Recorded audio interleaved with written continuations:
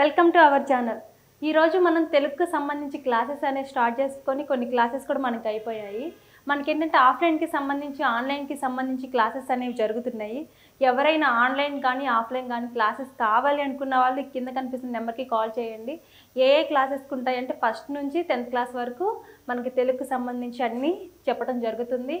ఇంకా ఎవరికైనా డౌట్స్ ఉన్న వాళ్ళకి కూడా జూమ్ మీటింగ్లో డౌట్స్ అనేది చెప్పడం జరుగుతుంది. మనం మొన్న చూసాం కదా, వర్ణమాల ఎలా రాయాలి, పదాలు ఎలా పలకాలి, ఒత్తులు ఎలా నేర్చుకోవాలి చూసాము. ఈరోజు తెలుగు హ్యాండ్ రైటింగ్ ఎలా రాయాలి అనేది చూద్దాము.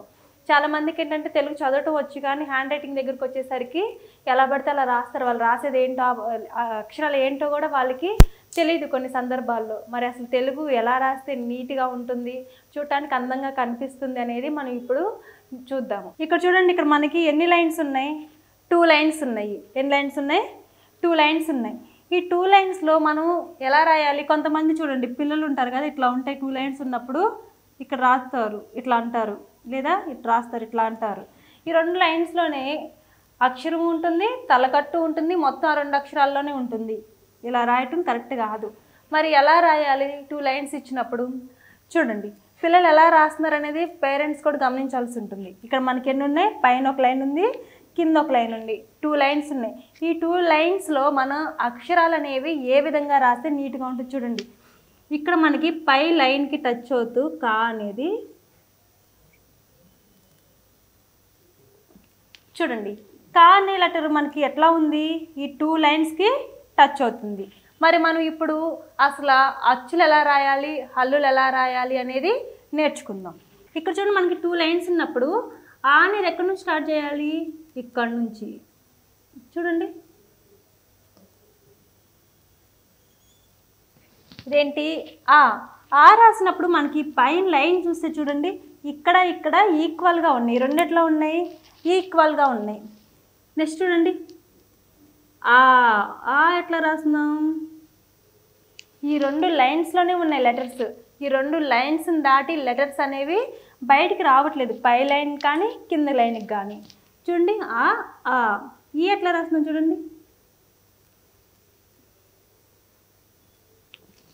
ఈ కూడా మనకి 2 లైన్స్లోనే ఉంది. ఈ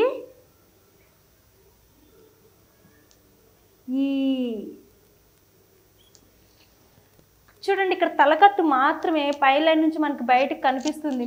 మిగిలిన అక్షరం అంతా ఎట్లా ఉంది? ఈ 2 లైన్స్కి మధ్యలోనే ఉంది. చూడండి ఎట్లా రాస్తున్నాము. ఊకి ఇక్కడ తలకట్టు మాత్రమే పైకి వెళ్ళింది, మిగిలిన అక్షరం మొత్తం ఎక్కడుంది? ఈ 2 లైన్స్కి మధ్యలో. చూడండి, ఈ 2 లైన్స్ మాత్రమే పైకి వెళ్ళింది, మిగిలిన లెటర్ అంతా ఎక్కడుంది? ఈ 2 లైన్స్కి మధ్యలోనే ఉంది. నెక్స్ట్ రూ రాసేటప్పుడు చూడండి ఎలా రాస్తున్నాము.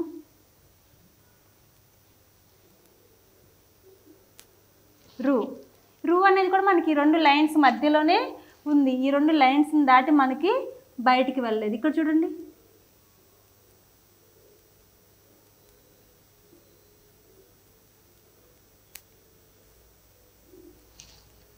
రూ కూడా మనకి ఈ 2 లైన్స్లోనే ఉంది, కానీ ఈ 2 లైన్స్ని దాటి పైకి కానీ కిందకి కానీ జరగలేదు.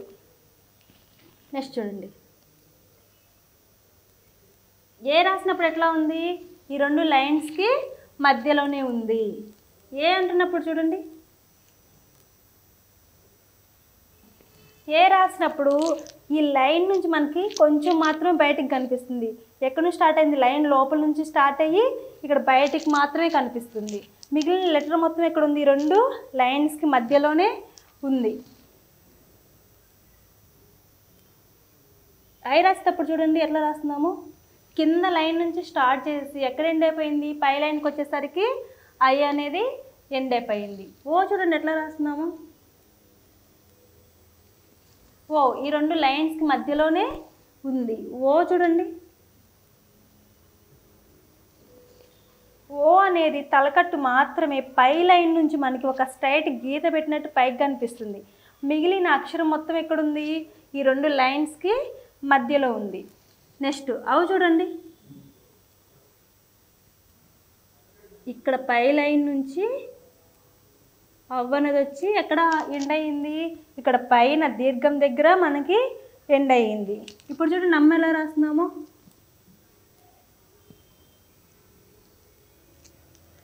ఆకి 0 పెడితే ఆకి 2 0 పెడితే ఆహా. చూడండి ఈ లెటర్స్ అనేవి ఎలా ఉన్నాయి, తలకట్లు మాత్రమే పై లైన్ నుంచి బయటికి కనిపిస్తున్నాయి. మిగిలిన లెటర్స్ మొత్తం ఎలా ఉన్నాయి, ఈ 2 లైన్స్కి మధ్యలో ఉన్నాయి. ఇది చూడండి ఇప్పుడు మనం అచ్చులు అయిపోయినాయి, హల్లులు ఎలా రాయాలో చూద్దాం. కా అనేది ఎట్లా రాస్తున్నాం చూడండి, పై లైన్ నుంచి స్టార్ట్ చేసి కింద లైన్కి వచ్చేసరికి ఎండ్ అయ్యింది. ఇక్కడ తలకట్టు ఎలా ఉంది, పైకి కనిపిస్తుంది, పై లైన్ నుంచి బయటికి కనిపిస్తుంది. కా చూడండి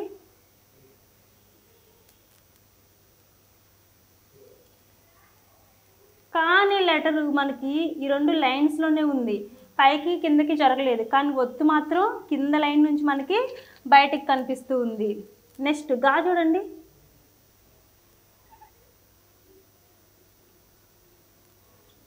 గా 2 తలకట్లు మాత్రమే మనకి పైకి కనిపిస్తున్నాయి, మిగిలిన లెటర్ మొత్తం దీంట్లోనే ఉంది.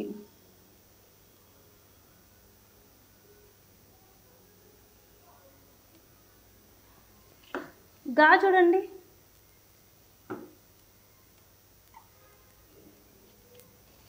తలకట్టు మాత్రమే అక్షరానికి ఎక్కడ టచ్ కాకుండా పై లైన్కి కనిపిస్తుంది, బయటికి కనిపిస్తుంది. దీనికి ఒత్తు మాత్రం మనకి ఇక్కడ కింద లైన్ నుంచి కిందకి కనిపిస్తుంది. నెక్స్ట్ ఇని చూడండి, ఇని కూడా మనకి ఈ లైన్లోనే ఉంది, పై లైన్ కింద లైన్ దాటి బయటికి అనేది రాలేదు.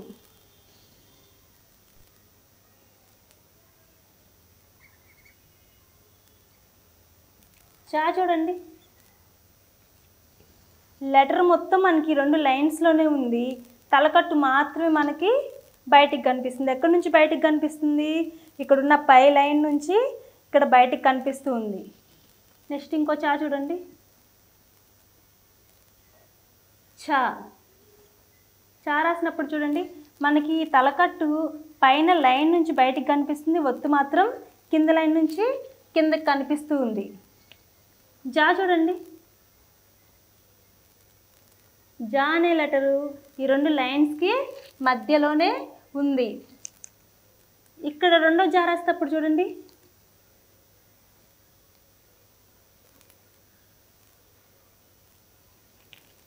రెండో జా రాసినప్పుడు మనకి తలకట్టు ఎలా ఉంది, పై లైన్ నుంచి ఇక్కడ ఈ లెటర్కి అద్దుకొని పైకి కనిపిస్తుంది. గా రాసినప్పుడు అసలు ఈ లైన్కే టచ్ అవ్వలేదు. జా యొక్క ఒత్తి ఇక్కడ చూడండి కిందకి కనిపిస్తుంది, ఈ లెటరు ఈ లైన్ దాటి కిందకు వచ్చింది. ఇప్పుడు చూడండి చాచా జాజా ఇన్యా, ఇన్యా అనేది కూడా ఎట్లా ఉంది మనకి ఈ 2 లైన్స్లోనే ఉంది, ఈ 2 లైన్స్ని దాటి మనకి బయటకు ఎక్కడ కనిపించలేదు. ఇప్పుడు చూడండి టా, టా అనేది రాసినప్పుడు ఇక్కడ చూడండి దీని ఒత్తి ఎట్లా కనిపిస్తుంది, ఒక స్ట్రైట్ లైన్ లాగా మనకి పై లైన్ నుంచి బయటికి కనిపిస్తుంది. రెండో టా రాసినప్పుడు చూడండి పొట్టలో ఒక చుక్కు ఉంది, ఈ లైన్ అనేది మనకి కింద లైన్ నుంచి కిందకి కనిపిస్తుంది, తలకట్టు మాత్రం పైకి కనిపిస్తుంది. డా రాసినప్పుడు చూడండి ఎలా ఉంది, డా ఈ 2 లైన్స్కి మధ్యలో ఉంది, దీని తలకట్టు ఎలా ఉంది, ఒక టిక్ మార్క్ చేసినట్టు పై లైన్ నుంచి మనకి బయటికి కనిపిస్తుంది.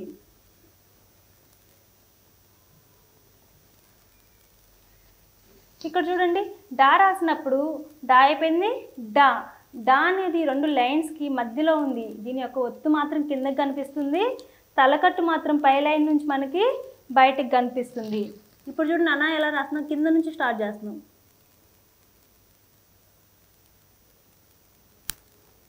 ఈ 2 లైన్స్లోనే అనా అనేది రాసాము, ఇది ఈ లైన్ నుంచి ఈ లైన్ నుంచి ఎక్కడ మనకి బయటికి వెళ్ళలేదు. కా చూడండి ఎట్లా రాస్తున్నాము, పై లైన్ నుంచి స్టార్ట్ అయ్యి తలకట్టు మాత్రమే బయటికి కనిపిస్తుంది. రెండో తా చూడండి పొట్టలో ఒక చుక్కు ఉంది, తలకట్టు పై లైన్ నుంచి బయటకు ఉంది, దీని ఒత్తు మాత్రం ఎట్లా ఉంది, కింద లైన్ నుంచి ఈ లైన్ నుంచి పూర్తిగా కిందకి కనిపిస్తూ ఉంది. నెక్స్ట్ దా, ఇక్కడ పైన తలకట్టు మాత్రమే మనకి బయటికి కనిపిస్తుంది.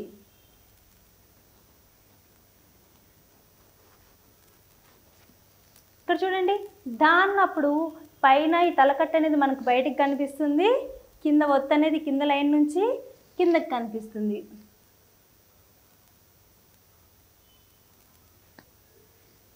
నా రాసినప్పుడు చూడండి, నా అనే లెటర్ మొత్తం ఈ 2 లైన్స్కి మధ్యలో ఉంది, ఈ తలకట్టు మాత్రమే బయటికి కనిపిస్తుంది. చూడండి ఇక్కడ పా ఎట్లా రాస్తున్నామో చూడండి, ఈ 2 లైన్స్లో సున్నాల నుంచి పెట్టి పా అనే లెటరు ఈ 2 లైన్స్లో ఉంది, తలకట్టు మాత్రం ఈ లెటర్ టచ్ కాకుండా పై లైన్ నుంచి పైకి ఉంది. పా పా ఈ ఒత్తు మాత్రమే కిందకు వచ్చింది. ఇక్కడ చూడండి, దా యొక్క తలకట్టేమో దాని అక్షరానికి కలిసి పైకి వెళ్ళింది, కానీ పాకి చూడండి ఇక్కడ వేరియేషన్ ఏముంది, మధ్యలో గ్యాప్ ఉంది, ఫింగర్ పెట్టేంత గ్యాప్ ఉంది, లెటర్కి కలిపి లేదు. బాగా చూడండి,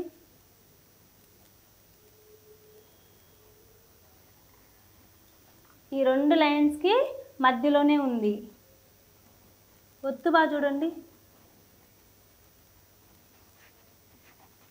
ఒత్తు బాకి తలకట్టు మాత్రం పై లైన్ నుంచి బయటికి కనిపిస్తుంది, కింద ఈ ఒత్తు మాత్రం 2 లైన్స్కి కిందకు వచ్చేసేసింది. మా చూడండి ఎట్లా రాస్తున్నామో,